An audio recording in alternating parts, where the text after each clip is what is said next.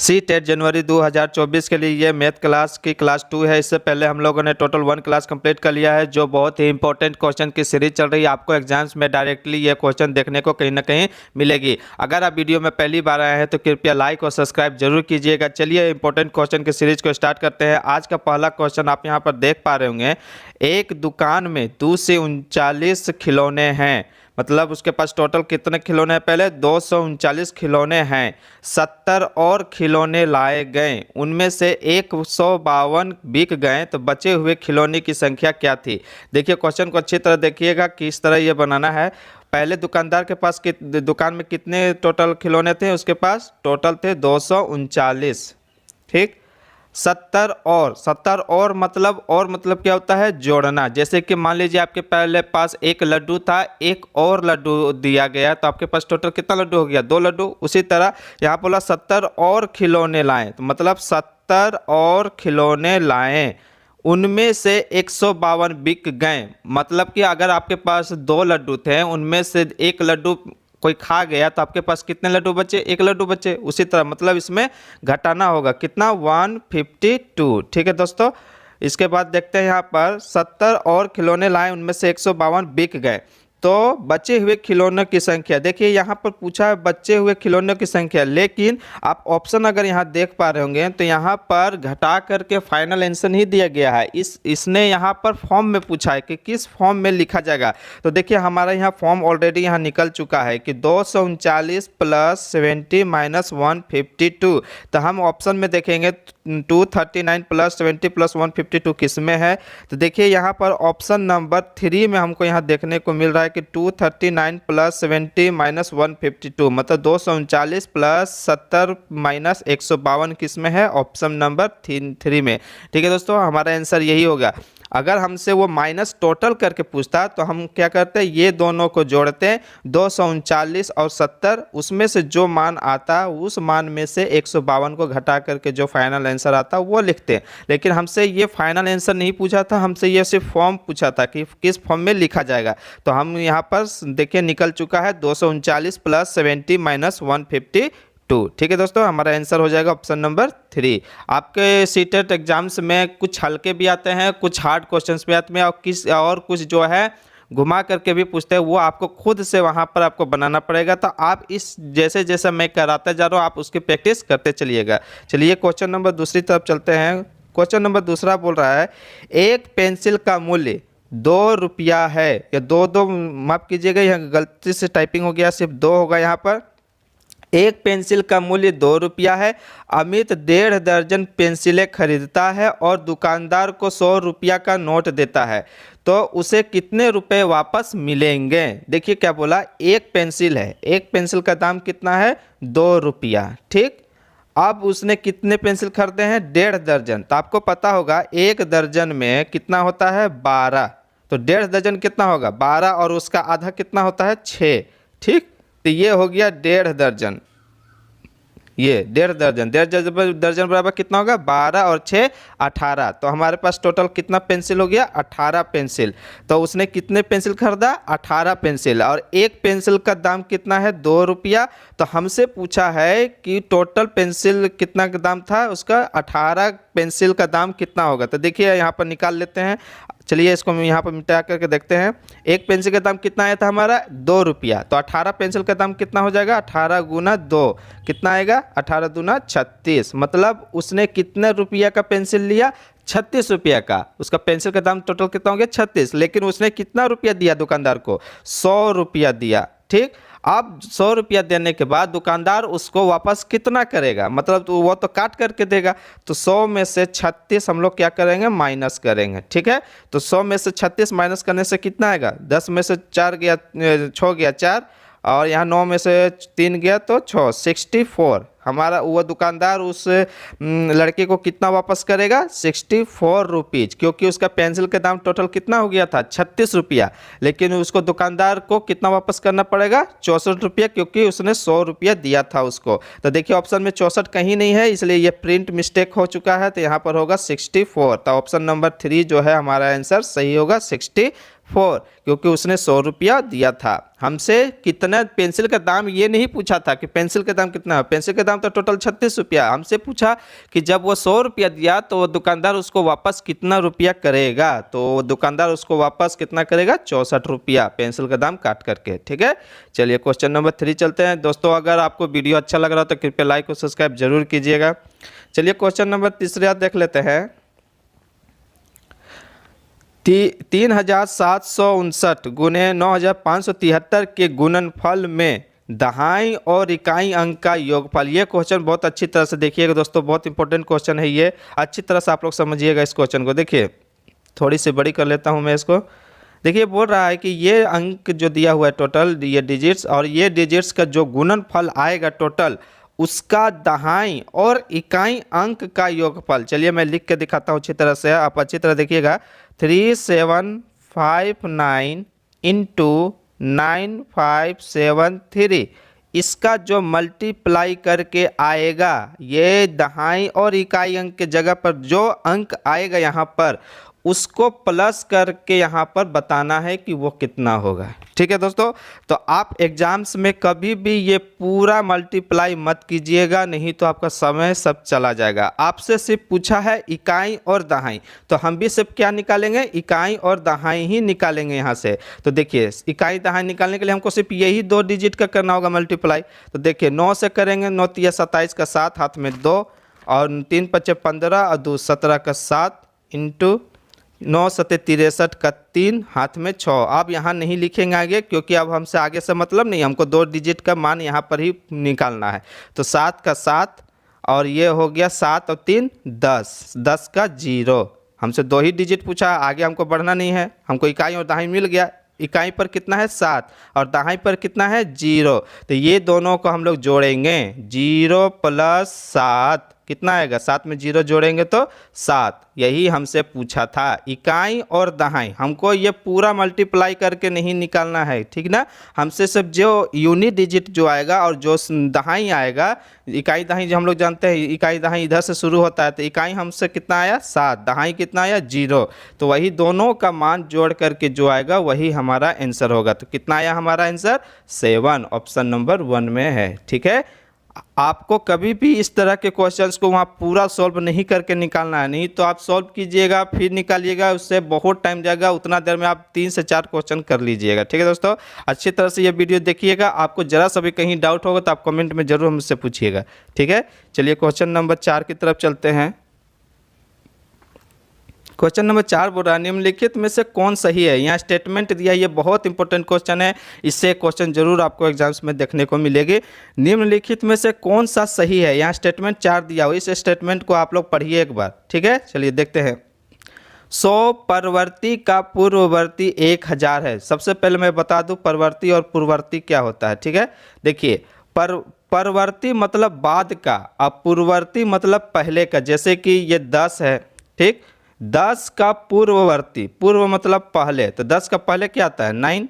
अब परवर्ती मतलब 10 के बाद, 10 के बाद क्या आता है 11। ठीक है, इतना हो गया कॉन्सेप्ट। अब चलिए देखिए क्या बोल रहा है यहाँ बोल रहा है 1000 के परवर्ती का पूर्ववर्ती 1000 होता है, ये पूछ रहा है। तो देखिए 1000 है, ये 1000 के परवर्ती, 1000 का परवर्ती कितना आता है 1001 आएगा। 1000 का पूर्ववर्ती, 1000 के परवर्ती का पूर्ववर्ती, 1000 का परवर्ती कितना आया 1001। अब ये 1001 का पूछ रहा है पूर्ववर्ती, तो 1001 का पूर्ववर्ती 1000 आएगा। देखिए 1001 का एक पूर्ववर्ती 1000 आता है, तो देखिए यहाँ पूछा 1000 आता है, जी हाँ आता है, मतलब हमारा आंसर हो जाएगा, ये पहला ही आंसर सही है।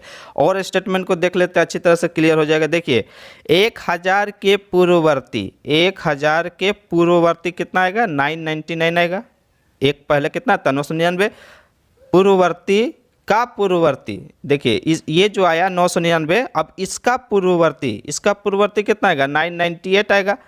998 आना चाहिए, लेकिन हम यहाँ क्या बोल रहा है, यहाँ बोला है 999, नहीं ये गलत हो गया, कितना आना चाहिए 998, लेकिन यहाँ ऑप्शन में कितना दिया हुआ है 999। चलिए एक और देख लेते हैं इसी तरह। 1000 के पूर्ववर्ती, 1000 के पूर्ववर्ती कितना आएगा 999 आएगा, ठीक। पूर्ववर्ती का परवर्ती, तो ये पूर्ववर्ती आ गया। अब इसका परवर्ती, तो 999 का परवर्ती कितना आएगा, मतलब बाद का। तो 999 के बाद कितना आएगा, 1000 आएगा। 1000 आना चाहिए, लेकिन यहाँ कितना बोल रहा है, 1001 नहीं, 1001 नहीं आता है, 1000 आता है, तो ये भी गलत। इसी तरह ये तीनों गलत है। आंसर कौन आया हमारा सही, 1। 1000 के परवर्ती आएगा 1001 और उसका पूर्ववर्ती 1000 होता है, तो ये सही है। ठीक है, ऑप्शन नंबर 1। ये क्वेश्चन बहुत अच्छी तरह समझिएगा। पूर्ववर्ती मतलब पहले और परवर्ती मतलब बाद का। ठीक है दोस्तों, ये क्वेश्चन आपको जरूर एग्जाम्स में देखने को मिलेगी। चलिए क्वेश्चन नंबर 5 की तरफ चलते हैं। इससे भी क्वेश्चन एक मिलती है आपको, ये बहुत इंपॉर्टेंट क्वेश्चन है, ये इसको भी आप जरूर देखिएगा अच्छी तरह से। अब सभी क्वेश्चन आप लोग नोट करते चलिएगा। ठीक है दोस्तों, देखिए इस क्वेश्चन को, 1/2 में कितने 1/8 है। जैसे कि आपको पूछा जाएगा कि आपके पास 10 है, 10 में कितना 1 है, तो 10 में 1 जो है 10 गो है, तभी तो 1 मिल के 10 बना है। उसी तरह पूछ रहा है कि 1/2 में कितना 1/8 है। तो देखिए जब भी आपका ऐसा क्वेश्चन होगा तो उसको क्या करते हैं, भागा देते हैं। तो 1/2 में भागा देंगे 1/8 से। ठीक है, तो आपको अब ऐसे सॉल्व करने में दिक्कत होगा। तो आपको पता है कि जब भी ये डिवाइड होता है, ठीक, डिवाइड को अगर हम मल्टीप्लाई में चेंज कर दें, मतलब गुना में चेंज कर दें, तो ये वाला डिजिट जो है वो क्या होता है, उलट जाता है। मतलब जिससे भाग देते हैं वो उलट जाता है। तो देखिए उलटने के बाद कितना आएगा, आप यहाँ देख पाइएगा, 1/2 गुना, ये इसको हम चेंज कर दिए किसमें, भागा को किसमें चेंज कर दिए, गुना में। अब ये क्या होगा, पलट जाएगा, 8/1 हो जाएगा। ठीक है दोस्तों, तो देखिए आपको पता होगा ऊपर से नीचे कटता है, तो 2 से कितना बार में कटेगा, 8, 4 बार में कटेगा, और 1 से तो 1 कट ही जाएगा। ठीक है, तो हमारा आंसर कितना आया, 2 से 4 बार में मतलब 4 आएगा। ठीक है, इस क्वेश्चन को एक बार देखिए, मैं यहाँ से अच्छी तरह फ्रेश लिख देता हूँ। 1/2 भागा 1/8 को हम लोग क्या लिख सकते हैं, 1/2 गुने 8/1 पलट दिए। ये भागा को हम लोग मल्टीप्लाई में चेंज कर दिए, तो ये 1 कट गया, ये 2 से 4 बार में कटते हैं, 2 चौके 8, तो हमारा आंसर कितना आ गया, 4। मतलब 1/2 में 1/8 कितना है, 4 गो है। तो हम किस में ऑप्शन में है, ऑप्शन नंबर 2 में हमारा आंसर हो जाएगा ये 2। आपको ऐसा क्वेश्चन जब भी आएगा, पूछेगा कि 5/2 में 2/4 कितना है, ऐसा क्वेश्चन अगर पूछ दे तो आप इसको ही क्या कीजिएगा, पलट दीजिएगा। ठीक है, आपको आंसर यहाँ पर मिल जाएगा। ठीक है, चलिए क्वेश्चन अगले देखते हैं। सभी क्वेश्चन बहुत इंपॉर्टेंट है दोस्तों। देखिए ये क्वेश्चन क्या बोल रहा है, अच्छी तरह देखते हैं यहाँ पर। क्वेश्चन नंबर 6 है। क्वेश्चन नंबर 6, यहाँ पर एक प्रिंट मिसिंग है दोस्तों, यहाँ पर एक लिख लीजिएगा, +19 इकाई। ठीक है, ये क्वेश्चन पूरा है। देखिए 19,000 + 19 सैकड़ा + 19 इकाई के बराबर है। तो देखिए इस तरह के क्वेश्चन को आपको यूनिट डिजिट आना बहुत ज़रूरी है, जैसे इकाई, दहाई, सैकड़ा, हज़ार, ये मान आना बहुत ज़रूरी है। ठीक है, तो चलिए जैसा बोला गया है शब्द में उसको अंक में कन्वर्ट कर लेते हैं। तो पहला क्या है, 19,000, तो 19 में 1000 से गुना करेंगे। फिर कितना आया, 19 सैकड़ा, तो 19 में 100 से, सैकड़ा मतलब 100 होता है, तो 100 से गुना करेंगे। फिर है 19 इकाई, तो 19 में इकाई मतलब क्या होता है, 1, इकाई, दहाई, सैकड़ा होता है, तो इकाई मतलब 1, दहाई मतलब 10, तो हमसे ये इकाई बोला था, इकाई में 1 से। तो देखिए सभी को करेंगे, कितना आएगा, 19 से 1000 में करेंगे तो 19,000, 19 में 100 से करेंगे तो 1900, और 19 में 1 से करेंगे तो 19। आप इसी का मान पूछा है। ठीक है दोस्तों, तो आप यहाँ पर नोट कर लीजिएगा, मैं इसको इरेज कर रहा हूँ, नोट कर लीजिए। 19,000 आया, 1900 और 19, इस सबको क्या करेंगे, ऐड करेंगे। ठीक है, चलिए इसको ऐड करते हैं। देखिए 19,000, 1900 और 19। ठीक है, अब इसको ऐड करेंगे, कितना आएगा, 9, 1, 9, 10 का 0, हाथ में 1 कैरी, और 1 का कितना जगह, 2, तो 20919, ये किस ऑप्शन में हमको देखने मिल रहा है, ऑप्शन नंबर 2 में 20919 हमारा आंसर यहाँ पर बिल्कुल सही हो जाएगा। ठीक है दोस्तों, तो इसको कन्वर्ट पहले कर लीजिएगा। इस क्वेश्चन को 1000 है तो 1000 से गुना, 19 सैकड़ा है तो सैकड़ा से गुना, और इकाई था तो इकाई में, अगर दहाई रहता तो दहाई से गुना करके हम लोग निकालते और सभी को जोड़ लेते। ठीक है, हमारा आंसर आ गया ऑप्शन नंबर 2। आपको वीडियो कैसा लग रहा है दोस्तों, और इसमें वीडियो में क्या इंप्रूवमेंट करने की ज़रूरत है, आप ज़रूर मुझे बताइएगा। आपका प्रत्येक कमेंट जो है मुझे आगे मोटिवेट करेगा बताने के लिए। चलिए क्वेश्चन नंबर 7 देखते हैं। यहाँ पर इस क्वेश्चन को भी अच्छी तरह, मैंने सभी क्वेश्चन बहुत इंपॉर्टेंट यहाँ पर चूज किया है।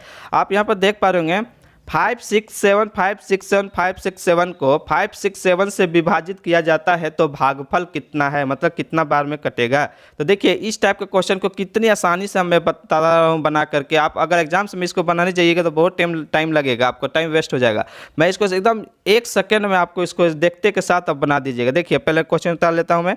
5 6 7 5 6 7 और 5 6 7 यही क्वेश्चन है ना, यही क्वेश्चन। आप इसको भागा देना है 5 6 7 से, ठीक है। तो इस टाइप के क्वेश्चन को मैं इसलिए अलग अलग लिखा हूँ। देखिए 3 पेयर में है 5 6 7 5 6 7 5 6 7, ठीक है। तो इस टाइप के क्वेश्चन को कैसे हम लोग करते हैं, देखिए आप पहले देखिए कि कितनी बार रिपीट हुआ है एक ये डिजिट। तो देखिए ये एक यहाँ रिपीट हुआ, एक यहाँ रिपीट हुआ, एक यहाँ रिपीट हुआ, 3 बार रिपीट हुआ है। तो हम लोग 3 बार 1 लिख देंगे, 1 1 1 लिख दिए, ठीक है।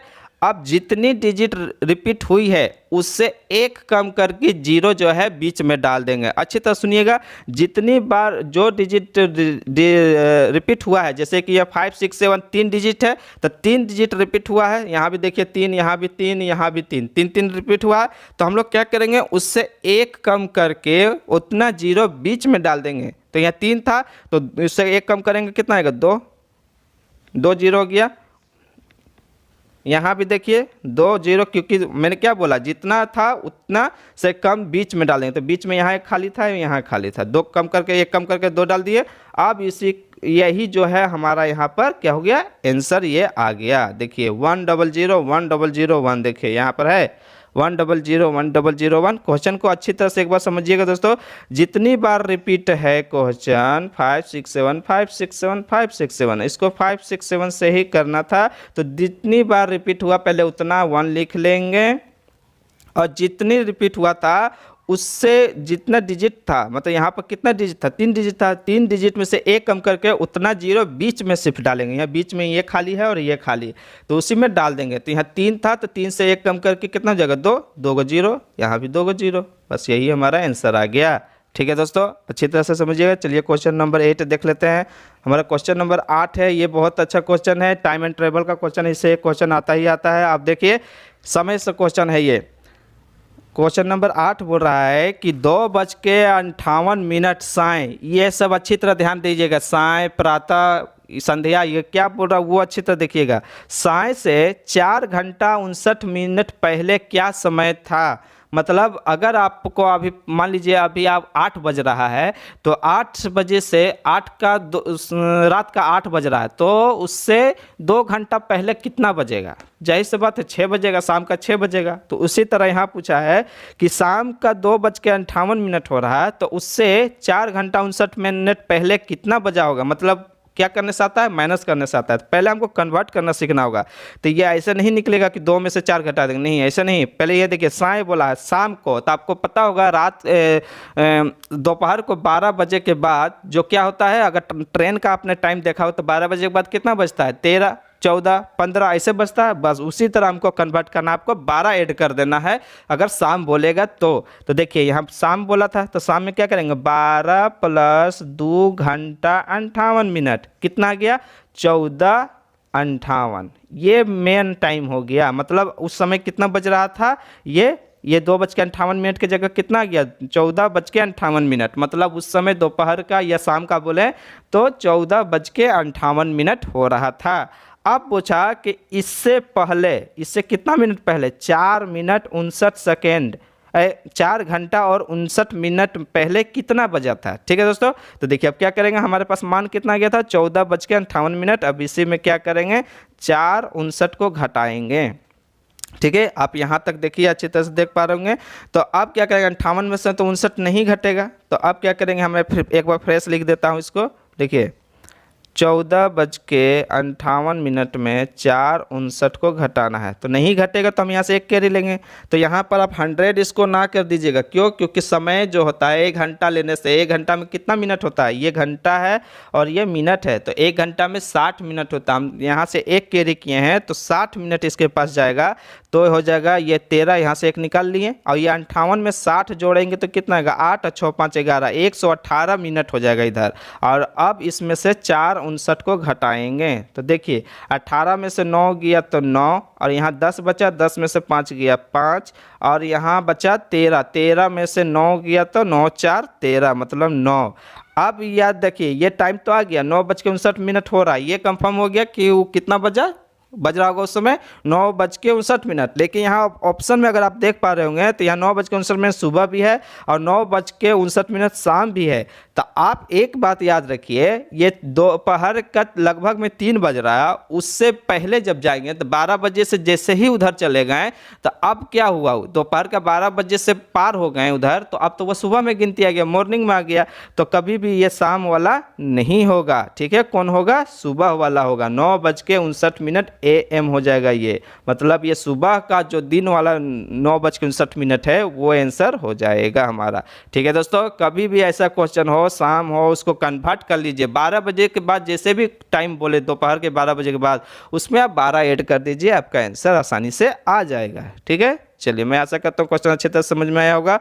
चलिए क्वेश्चन नंबर 9 देख लेते हैं। यहाँ पर आपको जो भी क्वेश्चन में अगर डाउट हो फिर भी तो आप मुझे जरूर क्वेश्चन कमेंट में बताइएगा। क्वेश्चन नंबर 9 देख लेते हैं। ये पेडागोजी से क्वेश्चन है, आपको सभी क्वेश्चन मिक्स वहाँ पर देखने को मिलेगी। गणित में गणना करने संबंधी कौशलों को किसके द्वारा पढ़ाया जा सकता है, मतलब गणित में जो काउंटिंग होता है, काउंटिंग किस पढ़ाने के लिए सबसे बेस्ट तरीका कौन हो सकता है। आपको मैंने पहले भी वीडियो में बताया हुआ है कि आप एग्जाम्स में ऑप्शन देखकर ही कैसे इसको छाट दीजिएगा, सिर्फ वर्ड को देख करके। तो देखिए नेगेटिव वर्ड यहाँ आपको देखने मिल रहा होगा, केवल जहाँ भी मिले उसको काट दीजिए, वो कभी आंसर नहीं होगा। ठीक है, पॉजिटिव वाला में तो ये केवल कट गया, 2 कट गया। और संकल्पनाओं और प्रतिक्रियाओं को स्पष्ट करने के बाद अधिक से अधिक अभ्यास करना, जहाँ भी अधिक से अधिक ज़्यादा से ज़्यादा टास्क बनाना आपको आ जाए वो भी नेगेटिव होता है। टास्क बनाना, एक ही चीज़ को बार बार करना, ये सब क्या होता है, नेगेटिव होता है। ठीक है, तो अब यहाँ बचा हमारे पास कौन, कक्षा में अभ्यास हेतु क्रियाशील गतिविधियों का आयोजन करना। गतिविधि करना मतलब कोई काम करके सीखना, एक्टिविटी, जहाँ पर गतिविधि आ जाए, जहाँ पर आपको हिंदी में गतिविधि और इंग्लिश में एक्टिविटी, जहाँ भी आपको मिल जाए ये पॉजिटिव होता है। तो आपका आंसर वहीं पर आंख मूंद के आप मार दीजिए, आपका वहाँ आंसर सही हो जाएगा। ऑप्शन नंबर 2 हमारा यहाँ पर बिल्कुल सही हो गया। ठीक है, गतिविधि। ठीक है, चलिए क्वेश्चन नंबर 9 का आंसर हो गया ऑप्शन नंबर 2। ठीक है दोस्तों, चलिए क्वेश्चन नंबर 10 देख लेते हैं। क्वेश्चन नंबर 10 बोल रहा है, कक्षा 3 के विद्यार्थियों को संख्या पद्धति पढ़ाने का उद्देश्य क्या है, मतलब संख्या पद्धति जो नंबर पढ़ाते हैं वो पढ़ाने का क्या है, नंबर सिस्टम पढ़ाने का क्या कारण है। तो देखिए, संख्याओं को सैकड़ा, दहाई, इकाई के समूह के रूप में देखना और स्थानीय मानों की सत्कर्ता को समझना, 4 अंकों वाली संख्या के योग और व्यंकलन के कौशल में परिवर्तित प्राप्त करना, बड़ी संख्याओं को पढ़ाने के लिए कौशल में परिवर्तन प्राप्त करना, 6 अंकों तक की गणना करना। तो देखिए, जो भी नंबर सिस्टम हम लोग नंबरिंग पढ़ा रहे हैं तो क्या उसमें सिर्फ एक पार्टिकुलर नंबर को ही पढ़ाते हैं, जैसे कि दहाई अंक आना चाहिए, या सिर्फ 4 अंक वाला ही आना चाहिए, या 10 अंक वाला ना ही चाहिए, नहीं, हम उसको पढ़ाते हैं ताकि वो इकाई, दहाई, सैकड़ा जितनी भी नंबर वाली काउंटिंग हो वो सभी को पढ़ सके। तो देखिए, ये 6 अंकों तक गणना, ये लिए तो लिमिट कर दिया कि सिर्फ 6 अंक तक सीख सकता है, उससे ऊपर जो आएगा वो नहीं सीखता है, ऐसा तो नहीं होगा, मुझको उसको तो सभी अंक सिखाना है। यहाँ देखिए 4 अंकों वाली संख्या, ये भी गलत हो गया।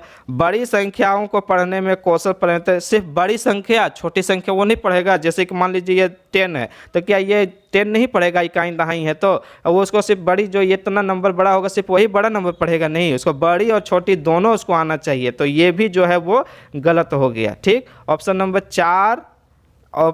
4, 3 और 2 ये तीनों गलत हो गया। हमारा आंसर को अब कौन बचा, ऑप्शन नंबर 1, संख्याओं को सैकड़ों, दहाइयाँ और इकाई, दहाई और सैकड़ा के समूह के रूप में देखना और स्थानीय मान को सत्कर्ता को समझना। जैसे कि मान लीजिए ये नंबर है एक, ये नंबर में इकाई, दहाई, सैकड़ा भी उसको आना चाहिए, सभी आना चाहिए। ठीक है, और इसके में नंबर जो होते हैं क्या बोलते हैं उसको, स्थानीय मान, जिसको प्लेस वैल्यू, फेस वैल्यू बोलते हैं। जैसे कि ये 2 पूछ देगा कि इसका स्थानीय मान कितना है, तो स्थानीय मान हमको यहाँ आएगा तभी तो, इकाई दहाई आएगा तभी तो हमको पता पाएंगे। तो इकाई दहाई सैकड़ा, सैकड़ा की जगह पर है तो 2 में सैकड़ा से मल्टीप्लाई करेंगे, मतलब ये 200, ये 200 इसका स्थानीय मान आ जाएगा। ठीक है दोस्तों, तो इसको सभी मान, सभी चीज़ निकालने के लिए जोड़ घटाव, स्थानीय मान, नंबर, इकाई दहाई सैकड़ा सभी आना चाहिए, तभी उसको पढ़ाने का ये उद्देश्य होता है। तो हमारा आंसर हो जाएगा ऑप्शन नंबर 1। ठीक है दोस्तों, 10 का ऑप्शन नंबर 1। दोस्तों ये आज के आखिरी क्वेश्चंस थे।